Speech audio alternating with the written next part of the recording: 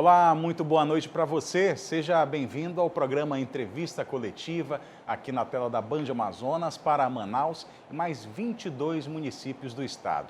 Eu sou Neto Cavalcante e me acompanha na bancada no programa de hoje o jornalista Eduardo Galvão, apresentador do programa Amazonas Urgente, que vai ao ar de segunda a sexta-feira, a partir das 11h30 da manhã, aqui na Band Amazonas. O nosso convidado do programa de hoje é o Defensor Público Geral do Estado do Amazonas, Ricardo Paiva, que já também está aqui na nossa bancada, vai falar um pouco para a gente sobre o trabalho da Defensoria Pública no Amazonas.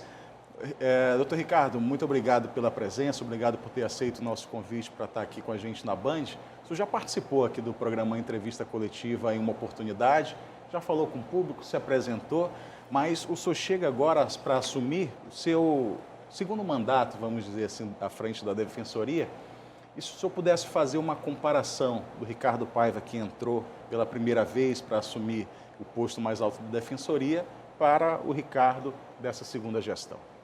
Boa noite, Neto. Boa noite, Eduardo. Boa noite a todos os telespectadores do Entrevista Coletiva.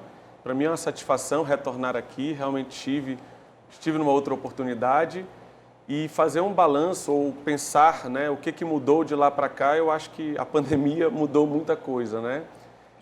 Acho que o cabelo diminuiu um pouquinho, mas junto com ele eu acredito que tenha vindo mais experiência, a gente conhecer um pouco mais a nossa instituição. Eu estou na Defensoria há 20 anos, a Defensoria que completou, né, nessa semana 32 anos, então eu acho que a minha história se confunde um pouquinho com a Defensoria e eu espero que essa experiência que eu adquiri ao longo desses 2 anos possa se reverter em mais serviços para a população. Eduardo. Defensor, hoje o Estado, 32 anos existe a Defensoria e pelo interior do Amazonas, como é feito o trabalho? A gente sabe que não são todos os municípios que são atendidos diretamente por defensores. Existe ali então polos, as regiões que ficam os defensores para poder fazer o atendimento naquela região. Como melhorar isso? E há algum planejamento nesse sentido de investimento para ampliar esse atendimento? Eduardo, o que a gente vê ao longo desse período? A Defensoria Pública é uma instituição que tem um recurso que não é tão grande, né? E o projeto como um todo é você ter pelo menos um defensor público em cada município, em cada comarca. Mas como os recursos são escassos, a Defensoria deu um passo atrás, reformulou sua forma de atendimento e entendeu que a melhor forma que tinha era racionalizar os recursos e voltar para o interior através de polos. Então a Defensoria dividiu o interior do Estado, né, dividiu entre aspas, conforme a bacia hidrográfica dos rios, né, e aí nós dividimos em regiões. Hoje nós temos 13 polos no interior do estado, a Defensoria alcança 10 desses polos, né, e lá a gente conseguiu dar uma estrutura melhor. Então, para você ter uma ideia, por exemplo, eu tenho um polo do Baixo Amazonas que tem sede em Parintins, ele atende Parintins, atende Amundá e atende Barreirinha. A sede dele é em Parintins, e lá eu consegui colocar 5 defensores públicos, fazer um concurso público para servidor regionalizado. Então, o que é um concurso para servidor regionalizado? O telespectador pode estar se perguntando.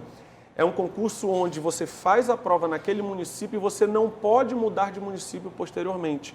Com isso, nós conseguimos prestigiar ou premiar os filhos da terra. Então, por exemplo, lá no Alto Rio Negro, com sede em São Gabriel da Cachoeira, a gente teve a primeira indígena sendo aprovada no concurso da Defensoria Pública.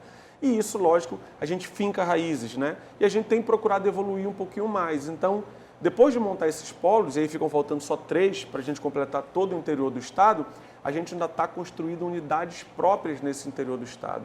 Então agora, quando nós formos inaugurar o próximo polo, que é o Rio Negro Solimões, que vai ter sede em Manacapuru, lá vai ser a primeira unidade própria da Defensoria, uma unidade construída com seus próprios recursos, que diferentemente das outras unidades, que têm sedes alugadas, essa não. Nós licitamos, contratamos uma empresa, estamos entregando uma obra, gerando emprego, gerando renda no município e mostrando que o processo de interiorização da Defensoria nesse momento é um processo mais consolidado, que a Defensoria veio para ficar. Defensor, o nosso público, quem está em casa, tem bastante conhecimento, o pessoal que nos assiste bastante inteligente, entende o trabalho da Defensoria, né, como os advogados de quem não tem tantos recursos, né, condições. Mas como acessar esses serviços, como acessar a Defensoria e quais são os casos em que ela entra em cena? Que tem direito no caso, as isso. pessoas têm um direito. A Defensoria Pública tem sido muito buscada nessa pandemia, né? E a pandemia nos ensinou que a gente precisava encontrar outras formas para continuar perto da população quando a regra era se isolar, né? Esse foi o grande desafio. Esse foi o grande desafio dos meus primeiros 2 anos de gestão. Então, nós começamos a introduzir ferramentas de tecnologia para se aproximar do povo. Hoje, quem quer um atendimento na Defensoria ou busca um atendimento na Defensoria, se acessar o site da Defensoria, o defensoria.am.def.br, você consegue ter todas as informações do atendimento. Ou então, você liga para o número 129, lá a gente vai ter uma equipe de colaboradores e lá eles vão lhe encaminhar para todas as demandas. O carro-chefe na Defensoria, desde quando eu entrei na Defensoria lá em 2002, é a área de família, né? O que é a área de família? É aquelas questões da pensão alimentícia, do divórcio, da separação, ou alguém que quer uma correção do seu nome. Então, digamos que eu fui lá registrar meu filho e o cartorário registrou de forma incorreta. Eu tenho o direito de corrigir esse nome. Você pode buscar a Defensoria para fazer essa correção. Depois disso, a gente tem a atuação na área de saúde, que foi muito buscada na pandemia. Pessoas buscando medicamentos, pessoas buscando leitos de UTI, pessoas buscando a remoção do interior para a capital, porque não tinha leito de UTI aí, e a gente ampliou muito o atendimento nessa área. Eu tenho a área do consumidor, então eu fui ali e comprei uma geladeira. Minha geladeira chegou com defeito, eu procurei a loja para trocar, eles não estão querendo trocar. O que eu faço? Você pode procurar o PROCON, mas também você pode procurar a Defensoria, porque ela tem um núcleo específico para lhe assistir, para cuidar de você nessas questões. Então, a Defensoria tem atuação em diversas áreas. O desafio foi chegar cada vez mais perto da população. Onde eu tenho sede da Defensoria Pública, você pode ir até uma unidade. Onde eu não tenho, a gente geralmente tem um número de contato em que você consegue encaminhar uma mensagem ou fazer uma ligação e lá os nossos defensores ou os nossos colaboradores vão estar disponíveis para dar assistência a essas pessoas. Produtos e serviços também entra, no caso, a gasolina, caso o consumidor se sinta ali constrangido, com seus direitos violados em uma suposta indicação de formação de cartel, manipulação de preços, qualidade do combustível. A Defensoria ela tem atuação individual, que foi essa que eu falei para vocês, e tem atuação coletiva. Dentro da atuação coletiva também cabe a questão do combustível, como a gente tem, por exemplo, recentemente, houve um apagão de internet na cidade de Manaus, né? A Claro meio que parou e saiu do ar. A Defensoria notificou a Claro para que ela preste informações e veja de que forma ela vai recompor todas aquelas pessoas que tiveram algum tipo de prejuízo. Incalculável, né, professor? Exatamente. Como vai repor o rapaz que depende do iFood, da plataforma, do aplicativo da internet, que ficou ali? Como é que a operadora vai pagar essa pessoa? A ideia é a gente mensurar, né? Então, a Defensoria instaura um procedimento que a gente chama lá de PADAC, né? Um procedimento de atuação coletiva, tenta captar quais foram todos os tipos de dano e, a partir disso, você tenta mensurar um dano moral coletivo. Então, essa empresa, por exemplo, pode ser obrigada a fazer uma campanha, a colocar um dinheiro ou a ser condenada para pagar um valor e esse valor ser revertido em campanhas em favor da população, em garantia de acesso a outros serviços por parte da população, você muitas vezes não tem como estimar qual foi o dano daquela pessoa, porque aí eu tenho uma indenização individual. Ele pode procurar a Defensoria também, falar, olha, eu tive um prejuízo, minha média... Além da coletiva, ele tem essa opção de procurar uma individual. Ele pode dizer que a média dele de arrecadação ou de venda nesse período de entregas, né, a gente está falando do entregador do iFood, são de 10 corridas e ele ganharia ali, digamos que R$100 naquele dia. E ele perdeu tudo isso por conta desse problema. Ele consegue mensurar o prejuízo dele. A Defensoria pode entrar com uma ação individual. Esse procedimento que eu falei foi o procedimento coletivo. Ele também pode acontecer na questão do combustível. Aí a gente já tem o PROCON atuando, a gente tem o Ministério Público atuando e nada impede que a Defensoria também instaure algum procedimento. Mas aí cada defensor, né, ele tem autonomia e ele avalia se cabe alguma medida, se há necessidade, porque a gente já tem muitas vezes diversas outras medidas sendo adotadas. Defensor, o senhor citou alguns casos em que o cidadão provoca a Defensoria, né, para poder gozar dos seus serviços. Mas a Defensoria Pública também tem se mostrado num papel de protagonismo, de proatividade. O senhor citou, por exemplo, aí o caso de erros na certidão de nascimento. E aqui no Amazonas a gente tem um outro problema, que é as crianças sem o pai no registro de nascimento, e a gente acompanhou recente em algumas reportagens, inclusive aqui na Band, sobre um projeto para corrigir isso, né? Sim.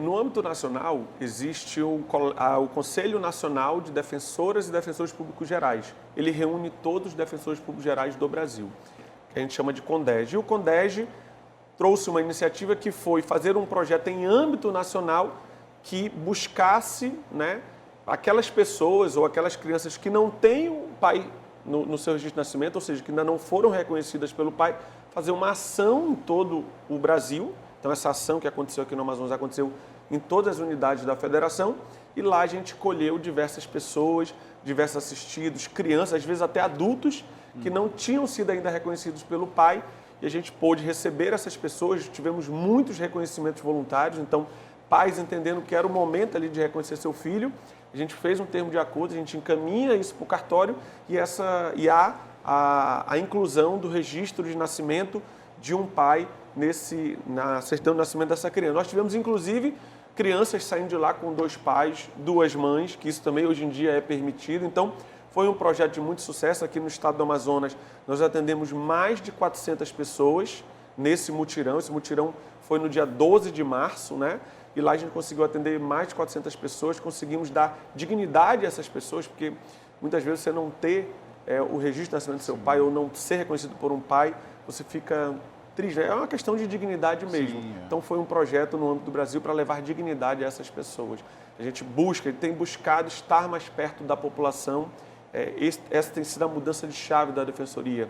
A Defensoria, no ano de 2021, fez a sua primeira atuação nas enchentes. A Defensoria nunca tinha atuado nas enchentes. Mas a gente percebeu que se tratava de uma enchente recorde, de uma enchente muito grande.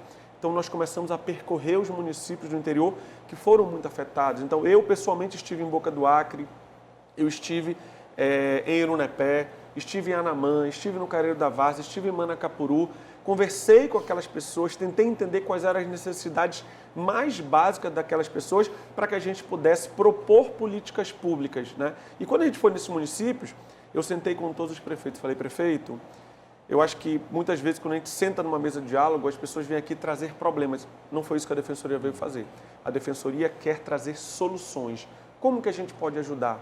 Quais são as maiores dificuldades? Quais são os seus problemas? Quais são os seus Problema da problemas? população. Vamos ver de que forma a gente pode ajudar. E foi ali que nós entendemos que a população precisava passar por aquele momento. Era uma população muito afetada financeiramente.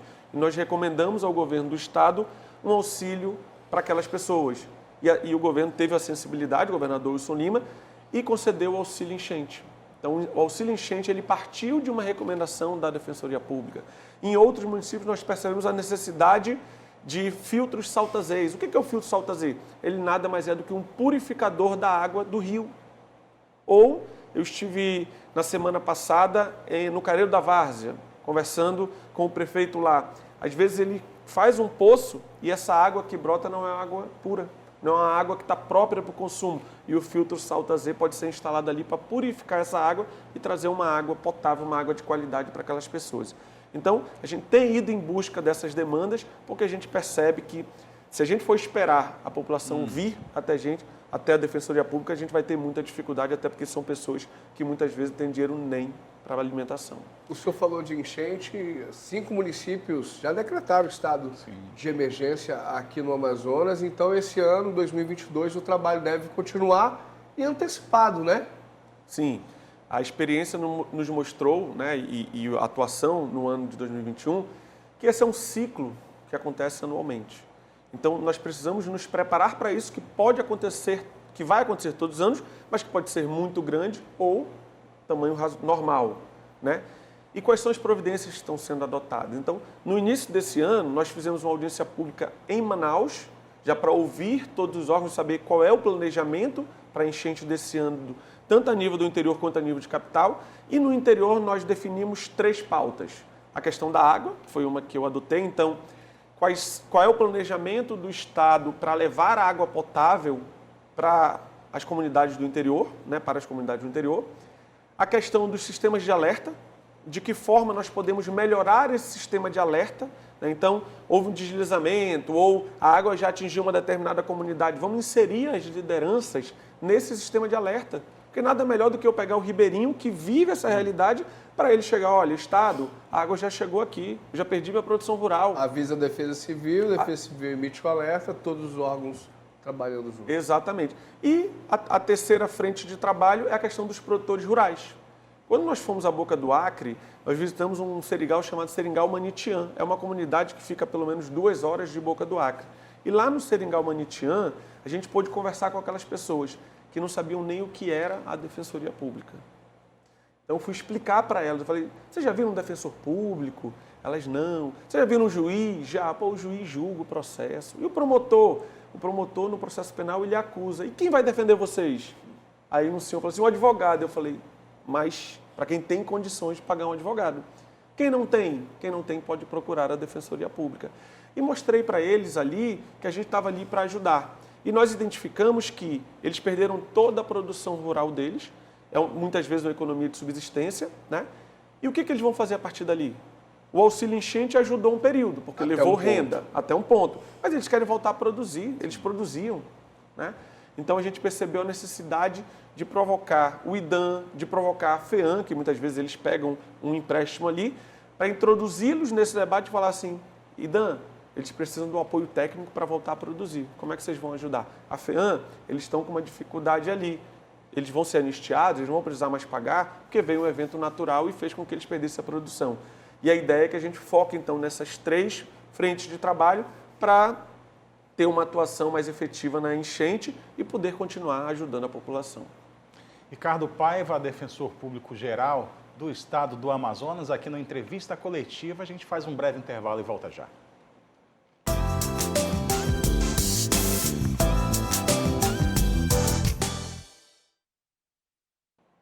De volta com o programa Entrevista Coletiva aqui na tela da Band. Muito obrigado pela sua companhia. Estamos recebendo aqui o defensor público geral do Amazonas, Dr. Ricardo Paiva, participa também na bancada aí Eduardo Galvão. E a gente estava falando aqui sobre o interior do Estado, esse protagonismo da Defensoria nessa época da cheia recorde em 2021. Isso é sazonal, né? Todos os anos existe algum tipo de impacto, seja de seca, seja de cheia, e os órgãos precisam ter um trabalho voltado para isso. A gente percebe agora que a Defensoria está com essa antena, né, ligado, sabendo de cada órgão o que está acontecendo. E falando ainda no interior, no primeiro bloco, o senhor comentou que a Defensoria, em 10 polos aqui no estado, de 13. Quais são esses 3, então, que estão para receber o polo da Defensoria Pública? Se quiser vir para a Defensoria, Neto, vai ser muito bem-vindo, viu? A gente aceita. Nós fazemos parte, já estamos aqui para passar todas... Como eu digo, a Defensoria ela é feita de pessoas por pessoas e para pessoas. Mas a gente tem, né, como um projeto para esse segundo biênio aí, para esse período todo, consolidar o processo de interiorização, então levar a Defensoria Pública para todos os polos do interior. Nós hoje estamos em 10, a ideia é que a gente possa, nesse mês de abril, inaugurar o polo do Rio Negro Solimões, com sede em Manacapuru, como eu disse, e no segundo semestre a gente inaugura os últimos 2 polos que vão ficar restando. A gente tem o polo do Juruá, que tem sede em Irunepé, pega os municípios ali do entorno, Irunepé, Envire, Itamaraty, Carauari, aqueles municípios, e o polo da região metropolitana. Só que esse polo da região metropolitana a gente vai fazer um pouquinho diferente. Nós vamos fazer um concurso público, e eu falei lá no início do concurso público regionalizado, eu vou fazer um concurso público para cada município do polo da região metropolitana. Então, eu tenho Rio Preto, Careiro da Várzea, Careiro Castanho, Presidente Figueiredo, Altazes, Manaquiri. Então, cada um desses 6 municípios, a gente vai fazer um concurso público para um analista jurídico, alguém formado em direito, e um assistente técnico. E aí nós vamos nomear um de cada, ainda vamos oferecer uma bolsa de estágio em cada um desses municípios. E eu vou nomear defensores no segundo semestre. Por que só no segundo semestre? A gente tem um concurso público em andamento, esse concurso público tem previsão de encerramento dia 30 de junho, então dia 30 de junho eu vou ter a homologação do resultado e vou poder nomear. E lá a gente deve fazer a nomeação dos defensores públicos para prover esses 2 polos que faltam lá, que vão ficar para o segundo semestre, o do Juruá e o da região metropolitana. A região metropolitana vai ficar um defensor para cada 2 municípios. Porque o próximo passo, né, a Constituição ela diz, olha, eu preciso que tenha um defensor em cada comarca desse país, então em cada município. Hoje a gente está por meio de polos. Mas o nosso projeto é que a gente possa estar presencialmente em cada município. Mas uma dúvida, aqui no Amazonas, os 62 municípios, cada um tem sua comarca ou tem alguns ainda que dividem? Não, cada um tem sua Tem comarca. sua Hoje nós temos 61 comarcas no interior do estado, né? E em Manaus eu tenho diversas várias, né? Porque aí como é uma comarca maior, ela subdivide em diversas várias, né? No interior eu vou ter municípios com comarca única ou com vara única e outros com 1, 2, 3 varas, a depender do tamanho da população. Então, por exemplo, tem municípios que eu vou ter 3 juízes, 3 promotores, 3 defensores, e em outros eu vou ter um juiz, um defensor, um promotor. Como é feita essa divisão, subdivisão? Na realidade, a gente observa a quantidade da população. Então, o número de processos também, às vezes, é um município que ele é muito litigante, então eu tenho um acervo muito grande, e isso vai direcionar se eu preciso ter mais de um juiz, ou mais de um promotor, ou mais de um defensor.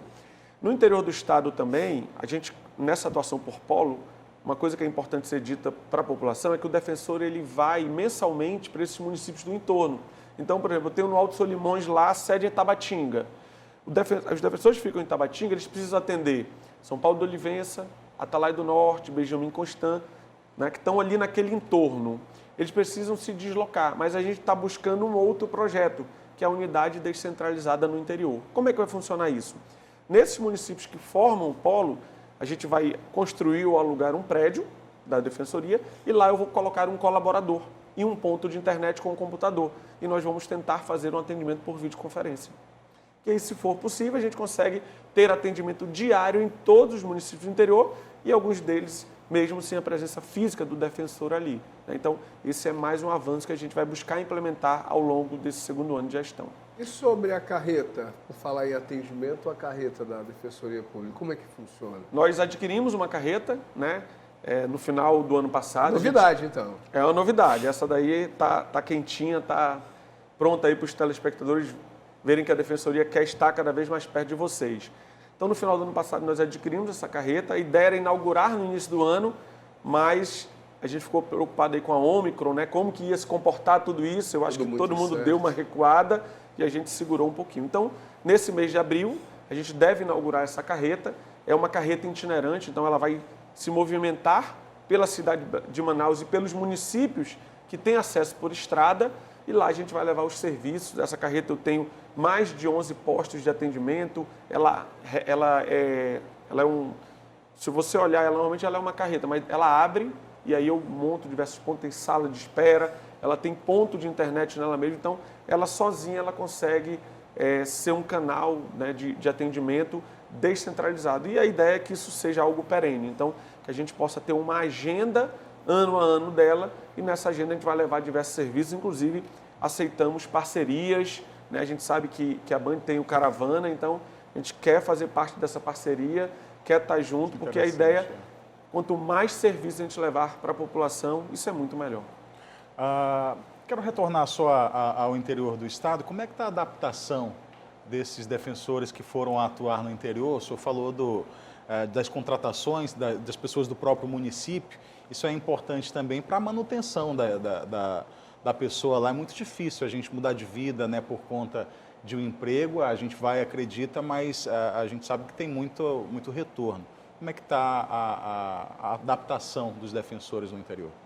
O interior do estado do Amazonas, e aqui nós temos pelo menos 22 municípios nos vendo, né? O interior do estado do Amazonas, ele tem um pouco de dificuldade, tem uma realidade um pouco difícil. Primeiro, o acesso. Né? Nós não temos estrada para todos os municípios do interior. O rio é a nossa estrada. Então, isso dificulta chegar alimento, isso dificulta chegar saúde, chegar saneamento. E isso é um fator de desafio para esses defensores que vêm.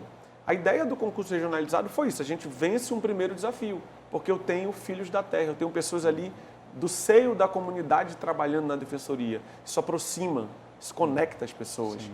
E os defensores públicos, eles precisam estar no interior do estado. Lógico que eles vão passando de comarca em comarca, eles vão tendo a promoção na carreira e aí vão entrando novos defensores, mas a base ela está montada, né? A adaptação ela tem sido excepcional. Eles estão recebendo moradia? Como é que está sendo essa questão? Eles têm a remuneração normal, né? Quem está no interior recebe a moradia. E um exemplo de como está sendo bom as coisas, na pandemia, os defensores fizeram questão de ficar no interior do estado. Enquanto muitas pessoas falam, pô, a gente tem um problema de saúde, eu não tenho leito de UTI, o que é que eu vou fazer? Os defensores falam assim, pô, é nessa hora que a população mais precisa de mim. É nessa hora que eu preciso estar ao lado da população. Então, na pandemia, foi uma tônica você ter defensor público em todos os polos. E eles fiscalizando o hospital, fiscalizando as delegacias, fiscalizando as filas de banco, vendo se nós tínhamos ali, por exemplo, a questão do medicamento, que no início da pandemia a gente teve um aumento de preço muito grande, vendo a questão da transferência de pessoas do interior para a capital, participando dos comitês que foram criados em cada município para tratar a questão da Covid, se eu vou usar máscara, se eu não vou, se vai ter toque de recolher, se não vai, se as pessoas podem estar na rua, se não podem. Então, a Defensoria participou ativamente desse processo. Isso só mostra que eles estão muito bem adaptados. Lógico que algumas vezes eles sentem falta dos parentes, dos amigos, e isso é natural, né? Às vezes, quando a gente vai fazer um concurso em outro estado e vai morar lá, a gente sente falta da nossa família. Mas aí eles têm as férias, eles podem visitar as suas famílias.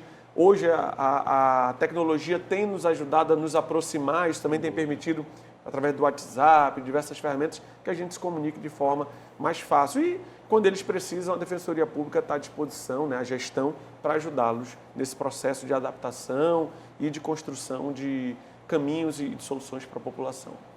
Ricardo Paiva, da Defensoria Pública do Amazonas, é o defensor público geral. Quero agradecer desde já aqui, Eduardo Galvão, pela participação. Nosso tempo está chegando ao fim aqui na entrevista coletiva, mas eu quero pedir para o senhor deixar aqui como recado final, qual deve ser o seu legado dessa passagem, né, com duas gestões à frente da Defensoria Pública, o que o senhor espera? Bom, eu espero ao longo, né, nesses 4 anos aí, que já passaram, esses próximos 2, deixar a Defensoria Pública mais próxima da população. Isso para mim é essencial. A gente precisa se aproximar cada vez mais do povo e entender as necessidades. Outro ponto que eu vejo como fundamental, Neto, Eduardo, nesse contexto todo, é a gente concluir o processo de interiorização. É eu ter a Defensoria Pública atendendo a todo o interior do estado do Amazonas. Se eu conseguir estar próximo da população e atender a todo o interior do estado do Amazonas, eu acredito que a minha missão vai ter sido cumprida, né? E aí eu vou voltar para a atividade fim, voltar para atender os meus assistidos e continuar ali aquilo que a gente faz de melhor, ou que a gente tenta fazer de melhor, que é levar assistência jurídica integral e gratuita à população.